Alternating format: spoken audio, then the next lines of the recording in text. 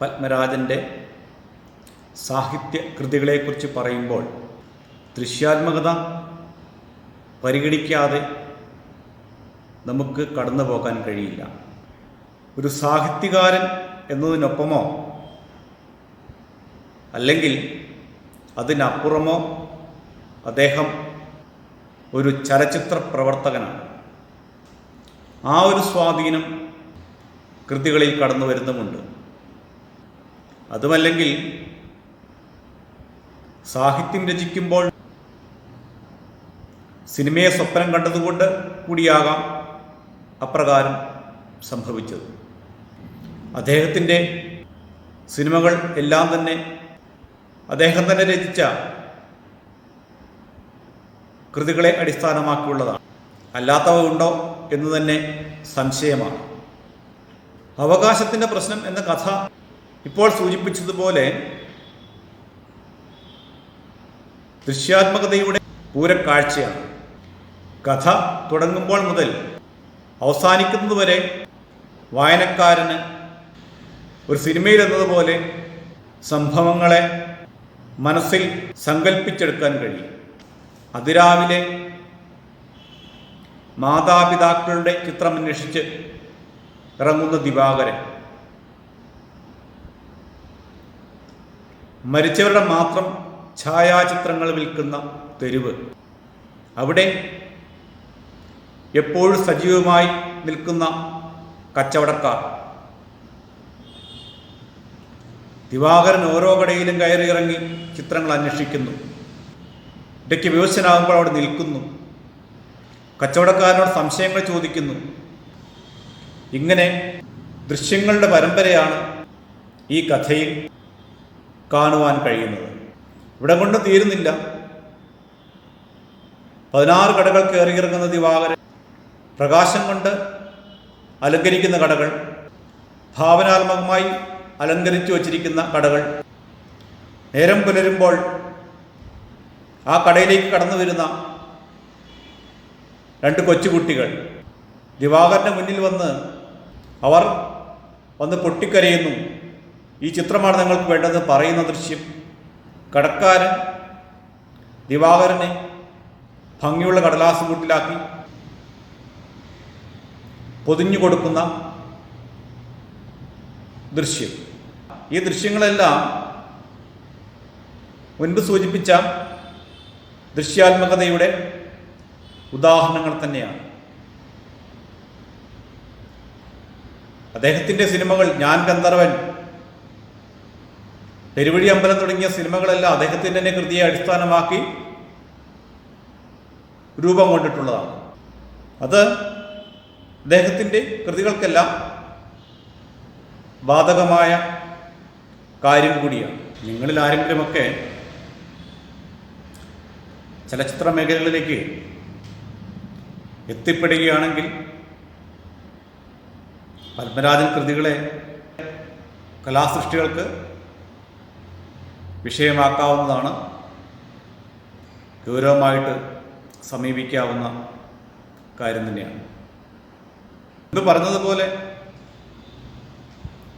ഒരു ശരാശരി മലയാളി എപ്പോഴും തൻ്റെ പാരമ്പര്യത്തിൻ്റെ തന്നെ വീട്ടുപേരിലും അഭിരമിക്കുന്നവനാണ്, സന്തോഷിക്കുന്നവനാണ്. അതുകൊണ്ടൊക്കെയാണ് മാതാപിതാക്കൾക്ക് ഒരാളെങ്കിലും ആൺമക്കളായി ഉണ്ടാകണമെന്ന ആഗ്രഹം കടന്നു വരുന്നത്. തങ്ങളുടെ കുടുംബത്തിൻ്റെ പേര് മുന്നോട്ട് കൊണ്ടുപോകാനുള്ള ഒരാൾ എന്ന നിലയിലാണ് അത്തരമൊരു കാഴ്ചപ്പാട്. അല്ലാതെ പെൺകുട്ടികളോടുള്ള വിരോധത്തിൻ്റെ പേരിലൊന്നുമല്ല. അത് സാധിക്കാതെ വരുമ്പോൾ സാമ്പത്തികമുള്ള ആളുകൾ അല്ലെ വ്യവസായ പ്രമുഖരൊക്കെ തങ്ങളുടെ വ്യവസായ സാമ്രാജ്യങ്ങൾക്കും തങ്ങൾ നിർമ്മിക്കുന്ന വാണിജ്യ സമുച്ചയങ്ങൾക്കും മറ്റും സ്വന്തം പേരും വീട്ടുപേരും ചേർത്തുള്ള പേര് നൽകുന്ന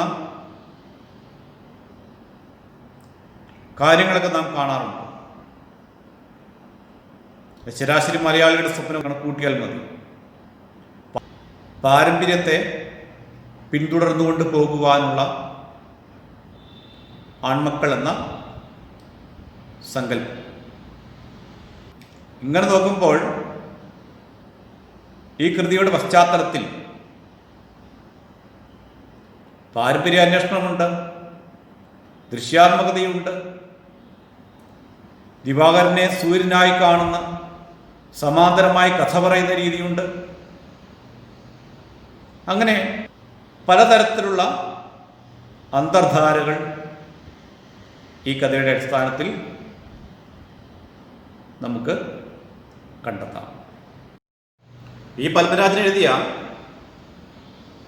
അവകാശങ്ങളുടെ പ്രശ്നം എന്ന കഥയെ പരിശോധിക്കുമ്പോൾ അതിൻ്റെ പശ്ചാത്തലത്തിലുള്ള മരണത്തെക്കുറിച്ചുള്ളൊരു കാഴ്ചപ്പാട് നമുക്ക് വിസ്മരിക്കാൻ കഴിയില്ല. മരണത്തെ സംബന്ധിച്ച് ധാരാളം സാഹിത്യകൃതികൾ രചിക്കപ്പെട്ടിട്ടുണ്ട്. കഴിഞ്ഞ വർഷവും അല്ലെ മുൻ വർഷങ്ങളായി പഠിക്കാനുണ്ടായിരുന്ന അനർഘ നിമിഷം എന്ന കൃതി, കൊമാല എന്ന കൃതി തുടങ്ങിയവയൊക്കെ ഹയർ സെക്കൻഡറി തലത്തിൽ തന്നെ മരണത്തെ കൈകാര്യം ചെയ്യുന്ന കഥകളാണ്. സ്വന്തം ജീവിതത്തെ അടിസ്ഥാനമാക്കിയുള്ള കൃതിയാണ് അനർഘ നിമിഷമെന്ന് അദ്ദേഹത്തിൻ്റെ വാക്കുകളിൽ നിന്ന് നമുക്ക് മനസ്സിലായിട്ടുണ്ട്. എന്തായാലും അവകാശങ്ങളുടെ പ്രശ്നം എന്ന കഥയുടെ മുഖ്യമായ അന്തർധാര മരണമാണ്. സമാന്തരങ്ങളുടെ കഥ പറയുന്ന രീതിയെന്ന് മുൻപ് സൂചിപ്പിച്ചു. ദിവാകരൻ സൂര്യനാണ്. സൂര്യൻ ഉദിച്ച് അസ്തമിക്കുന്നത് പോലെ ദിവാകരൻ ഉദിച്ച് അസ്തമിച്ചു. അവിടേക്ക് ബാലസൂര്യനെ പോലെ രണ്ട് കുട്ടികൾ കടന്നു വരുന്നു. ഇതാണല്ലോ കഥയിൽ പറയുന്നത്. അതല്ലെങ്കിൽ പടമന്വേഷിച്ച് നടന്ന് പടമായി മാറുന്ന ദിവാകരനെ കുറിച്ചാണല്ലോ കഥയിൽ പറയുന്നത്. പടമായി മാറുക എന്നൊക്കെ പറഞ്ഞ എപ്പോഴാണ്? മരിച്ചു കഴിയുമ്പോൾ, അയാൾ ഓർമ്മയ്ക്ക് വേണ്ടി. ഒരാളുടെ മരണത്തെക്കുറിച്ച് നാട്ടുകാരെ മറ്റുള്ളവരെ അറിയിക്കാൻ വേണ്ടി കൂടി ഇപ്പോൾ ചിത്രങ്ങൾ വെക്കാറുണ്ട്, ഫ്ലക്സൊക്കെ ആയിട്ട് വെക്കാറുണ്ട്. അത് നമ്മൾ നാട്ടിൽ കാണാറുള്ള കാര്യം കൂടിയാണ്. ദിവാകരൻ മരിക്കുന്നതിന് മുമ്പ് തൻ്റെ മാതാപിതാക്കളായിരുന്നുള്ള കണ്ടെത്തലാണ് ഇവിടെ നടത്തുന്നത്. മരണത്തെ അടിസ്ഥാനമാക്കിയുള്ള ഒരു കച്ചവടം കൂടിയാണ് ഈ കഥയിൽ കാണുവാൻ കഴിയുന്നത്. മരിച്ചവരുടെ ചിത്രങ്ങൾ വിൽക്കുന്ന തെരുവ്, വിലയ്ക്കാണ് വിൽക്കുന്നത്. വെറുതെയല്ല, തങ്ങൾക്ക് കിട്ടുന്ന മരിച്ചവരുടെ ചിത്രങ്ങൾ കടയിൽ ശേഖരിച്ചു വെക്കുന്നു. ആവശ്യക്കാർ വരുമ്പോൾ അവർ വിലയ്ക്ക് വിൽക്കുന്നു, ലാഭത്തിൽ വിൽക്കുന്നു. അങ്ങനെയുള്ള കട. അപ്പോൾ മരണം അല്ലെങ്കിൽ തന്നെ നമുക്കറിയാം, മരണം എന്നുള്ളൊരു കച്ചവടമാണ്. മരിച്ചു കഴിഞ്ഞാൽ അന്ന് തന്നെ അല്ലെങ്കിൽ പിറ്റേ ദിവസം സംസ്കരിക്കാതെ ഫ്രീസർ വെച്ചുകൊണ്ട് ആഘോഷമായിട്ട് വീഡിയോയും ഫോട്ടോയും, അലങ്കരിച്ച വാഹനങ്ങളിലെ യാത്രയും മുതലായ എല്ലാ കാര്യങ്ങളും ഇന്ന് മരണത്തിൻ്റെ ഒരു ഭാഗമാണ്. ഈ കൊറോണ കാലത്ത് മരിക്കാതിരിക്കുക എന്നുള്ളത് പ്രശസ്തരും അപ്രശസ്തരുമായ ആളുകളുടെ ഒരു ആഗ്രഹം കൂടിയാണ്. അതുകൊണ്ട് മരണത്തെ ഭയമില്ലെങ്കിൽ പോലും ആളുകൾക്ക് ഈ സമയത്തുള്ള മരണത്തെയാണ് ഭയമുണ്ടാവുക. ഈ ജീവിതം എന്ന് പറഞ്ഞാൽ തന്നെ എന്താ? ജീവിച്ചിരിക്കുന്ന ഓരോ നിമിഷവും മരണത്തിലേക്ക് അടുക്കുകയാണ് മനുഷ്യൻ ചെയ്യുന്നത്. അല്ലെങ്കിൽ ജീവിതം എന്നുള്ളത് ഓരോ നിമിഷവും മരണത്തിലേക്കുള്ള ദൂരത്തിൻ്റെ കുറവാണ്. മരണത്തെക്കുറിച്ച് പറയുമ്പോൾ ബഷീർ എഴുതിയ അനർഘ നിമിഷം എന്ന കൃതിയുടെ പശ്ചാത്തലം ഒന്ന് പരിശോധിക്കുക.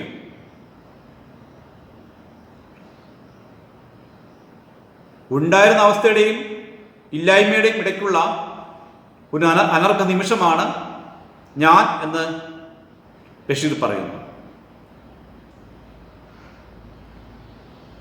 നാം ഓരോരുത്തരും അതുപോലെയാണ്. നമുക്ക് മുൻപ് ഒത്തിരി പേര് ജീവിച്ചിട്ടുണ്ട്. നമ്മുടെ പൂർവികരാകാം, മറ്റുള്ളവരാകാം. നമുക്ക് ശേഷവും ഇതുപോലെ ആയിരക്കണക്കിനോ കോടിക്കണക്കിനോ ആളുകൾ ജീവിക്കാൻ പോകുന്നു. അവരുടെ അവശിഷ്ടങ്ങൾക്ക് മേലെയാണ് നാം ചവിട്ടി നിൽക്കുന്നത്. മുൻപ് ജീവിച്ചിരുന്നവർക്ക് അവർ ജീവിച്ച കാലത്ത് പേരുണ്ടായിരുന്നു, പ്രശസ്തി ഉണ്ടായിരുന്നു. പക്ഷെ ഇപ്പോഴോ ഇവരാരെന്ന് പോലും നമുക്കറിയില്ല. പ്രശസ്തരായ ആൾക്കാരെയൊക്കെ നമ്മൾ അറിയും, പലരെയും, പ്രത്യേകിച്ച് പാശ്ചാത്യ നാടുകളിലുള്ളവരെയൊക്കെ. ഷേക്സ്പിയർ എന്ന് പറയാത്ത ചിത്രമുണ്ട്, ഷേക്സ്പിയർ അല്ല, അതുപോലുള്ളവരുടെ ചിത്രമൊക്കെ ഉണ്ട്. പക്ഷെ നമ്മുടെ നാട്ടിലേക്ക് വരുമ്പോഴോ ചില പേരുകൾ മാത്രമാണ് നമുക്ക് പരിചയം. എഴുത്തച്ഛൻ, ചെറുശ്ശേരി തുടങ്ങിയ കവികൾ നമ്മുടെ മലയാള ഭാഷയ്ക്ക് അസ്തിത്വം നേടിയെടുത്ത ആൾക്കാരാണ് അവർ. പക്ഷേ ഈ എഴുത്തച്ഛൻ ആരാണ്, ചെറുശ്ശേരി ആരാണ് എന്നൊക്കെ ചോദിച്ചു കഴിഞ്ഞാൽ കൃത്യമായൊരു ഉത്തരവ് നമുക്ക് കണ്ടെത്താൻ കഴിയില്ല.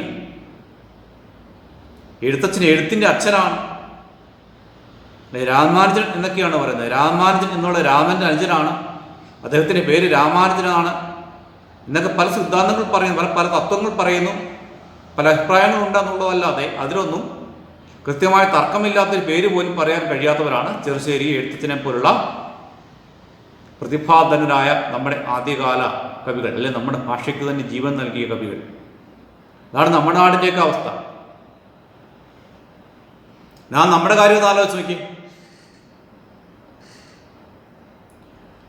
നമുക്ക് നമ്മുടെ മാതാപിതാക്കളെ അറിയാം, മുത്തച്ഛനെയും മുത്തശ്ശിയെ അറിയാം, അതിനു മുമ്പുള്ള തലമുറയെ കൂടി അറിയാം. പക്ഷെ അതിനു മുമ്പൊരു തലമുറയെക്കുറിച്ച് നമുക്ക് കൃത്യമായ വിവരമൊന്നും ഉണ്ടാവുകയില്ല, കേട്ടുകേൾവി ഉണ്ടാവും. അതിനപ്പുറം പക്ഷെ അങ്ങനെ ഒരു കൂട്ടർ അവിടെ ഉണ്ടായിരുന്നു, അത് സത്യമാണ്. പക്ഷെ അതാരും നമ്മൾ അറിയുന്നില്ല, അവരെവിടെ ജീവിച്ചെന്ന് നമുക്കറിയുന്നില്ല. ചില ചരിത്രങ്ങളൊക്കെ കേട്ടുകേൾവി ഉണ്ടാവും, പറഞ്ഞു കേട്ടിട്ടുണ്ടാവും. എന്നോ ജീവിച്ചിരുന്ന കുറേ ആളുകൾ, അതിനു മുമ്പുള്ള തലമുറ, പരമാവധി നമുക്ക് ലഭിക്കുന്ന വിവരം എന്നുള്ളത് നമ്മുടെ മുൻപുള്ള ഒരു 3 തലമുറ അല്ലെങ്കിൽ 4 തലമുറയെക്കുറിച്ചുള്ളതാണ്. അതിന് പുറകോട്ടുള്ള ചരിത്രമൊന്നും പലപ്പോഴും കണ്ടെത്തി വരികയില്ല. അതുകൊണ്ട് തന്നെയാണ് ഈ മരണത്തെക്കുറിച്ച് പറയുമ്പോൾ ചരിത്രാന്വേഷണത്തിലേക്ക് പോകുന്നത്. അതുകൊണ്ടൊക്കെയാണ് ഈ മരിച്ചവരുടെ ചരിത്രം അന്വേഷിക്കുകയാണ് ഈ അവകാശങ്ങളുടെ പ്രശ്നത്തിൽ ചെയ്യുന്നത്. മരിച്ചവരുടെ ചരിത്രം കണ്ടെത്തിയെങ്കിൽ മാത്രമേ എൻ്റെ ചരിത്രം കണ്ടെത്താൻ കഴിയൂ. എൻ്റെ ചരിത്രം വെച്ചുകൊണ്ട് മാത്രമേ എൻ്റെ അടുത്ത തലമുറയുടെ ചരിത്രം അറിയാൻ കഴിയുള്ളൂ. അതാണ് ഈ കഥയുടെ പശ്ചാത്തലം. അതിനുവേണ്ടിയാണ് ദിവാകരൻ ചരിത്രം അന്വേഷിച്ചുകൊണ്ട് അല്ലെങ്കിൽ ചിത്രം അന്വേഷിച്ചുകൊണ്ട് തെരുവിലേക്ക് ഇറങ്ങുന്നതും. പലപ്പോഴും പല കുടുംബങ്ങളിലേക്കും വിവാഹാലോചനയുടെ സമയത്ത് പോലും ഈ പാരമ്പര്യം നോക്കി മാത്രമേ സമ്മതിക്കാറുള്ളൂ. 100 കണക്കിന് വർഷം പാരമ്പര്യമുള്ള തറവാടുകളിൽ നിന്ന് മാത്രം പലപ്പോഴും വിവാഹബന്ധത്തിന് പോലും മാതാപിതാക്കൾ തയ്യാറാകുന്നുണ്ട്. ഒരു വിവാഹത്തെക്കുറിച്ച് പറയുമ്പോൾ പെൺകുട്ടിക്ക് സുന്ദരനെ വേണം, പിതാവിന് പാരമ്പര്യമുള്ളവനെ വേണം, അമ്മയ്ക്ക് സമ്പന്നനെ വേണം, നാട്ടുകാർക്ക് ഒരു നേരത്തെ ഭക്ഷണം വേണം. അതാണ് വിവാഹത്തെക്കുറിച്ചുള്ള ഏറെക്കുറെ സത്യം എന്ന് പറയാൻ കഴിയുന്ന ഒരു സങ്കല്പം, ഒരു ചെറിയൊരു കവിതാഭാവമാണ്. ഇങ്ങനെയൊക്കെയാണ് മരണത്തെക്കുറിച്ചൊക്കെ അന്വേഷിച്ച് പോകുമ്പോൾ നമുക്ക് കണ്ടെത്താൻ വേണ്ടി കഴിയുന്നത്. ഒരാൾ മരിച്ചു കഴിയുമ്പോഴാണ് അയാൾ നല്ലവനായി മാറുന്നത്. അതിനുമുമ്പ് അയാൾ ചെയ്തു കൂട്ടിയിട്ടുള്ള എല്ലാ തെറ്റുകളും വിസ്മരിക്കപ്പെടുകയും ആൾ ചെയ്തിട്ടുള്ള നല്ല കാര്യങ്ങൾ മാത്രം മറ്റുള്ളവരുടെ ശ്രദ്ധയിലേക്ക് കൊണ്ടുവരികയും ചെയ്യും. അതാണ് ഈ ചരമപ്രസംഗം എന്ന വാക്കുകൊണ്ട് തന്നെ ഉദ്ദേശിക്കുന്നത്. അതൊക്കെ തന്നെയാണ് ചരമപ്രസംഗം, അനുശോചന യോഗം എന്നിങ്ങനെയൊക്കെ വന്നു കഴിയുമ്പോഴേക്കും അവിടെയൊക്കെ ഒരാൾ ജീവിതത്തിലെ നല്ല കാര്യങ്ങൾ മാത്രം എടുത്ത് കാണിക്കുകയാണ് ചെയ്യുന്നത്. അപ്പോൾ നമ്മൾ പല ചരമപ്രസംഗങ്ങളും അനുശോചന പ്രമേയങ്ങളും കേൾക്കുമ്പോൾ നമ്മൾ വിചാരിക്കും ഈ മനുഷ്യൻ ഇത്രമാത്രം മികച്ച വ്യക്തിയായിരുന്നു, അത് അത്ഭുതപ്പെട്ടു പോകുമ്പോൾ. ഇതൊക്കെ മരണത്തിൻ്റെ പശ്ചാത്തലത്തിൽ ഈ കഥയെക്കുറിച്ച് ചിന്തിക്കുമ്പോൾ നമ്മുടെ മനസ്സിൽ കൂടി കടന്നു പോരുന്ന ആശയങ്ങളൊക്കെയാണ്. ഇങ്ങനെ നോക്കുമ്പോൾ ഈ കഥയുടെ പ്രധാന അന്തർധാരകളെ വർത്തിക്കുന്നവ 3-4 കാര്യങ്ങളാണ്. കച്ചവടത്തെക്കുറിച്ചുള്ള കാഴ്ചപ്പാട്, മരണത്തെക്കുറിച്ചുള്ള ചിന്ത, പാരമ്പര്യാന്വേഷണം, സമാന്തരങ്ങളുടെ കഥ പറയുന്ന രീതി, ഇവയൊക്കെയാണ് അവകാശങ്ങളുടെ പ്രശ്നം എന്ന കഥയിൽ പെട്ടെന്നൊരു നോട്ടത്തിൽ നമുക്ക് കണ്ടെത്താനായിട്ട് കഴിയുന്നത്. എന്തായാലും അദ്ദേഹത്തിൻ്റെ സാഹിത്യകൃതികൾ വായിക്കുമ്പോൾ നമുക്കൊരു കാര്യം വ്യക്തമാകുന്നത്, സിനിമാ മേഖലയിലേക്ക് അദ്ദേഹം തിരിഞ്ഞപ്പോൾ നമുക്കുണ്ടായ നഷ്ടം ഒരു മികച്ച എഴുത്തുകാരൻ നഷ്ടപ്പെട്ടു എന്നുള്ളതാണെന്ന് ഈ കഥ നമുക്ക് വ്യക്തമാക്കി തരും.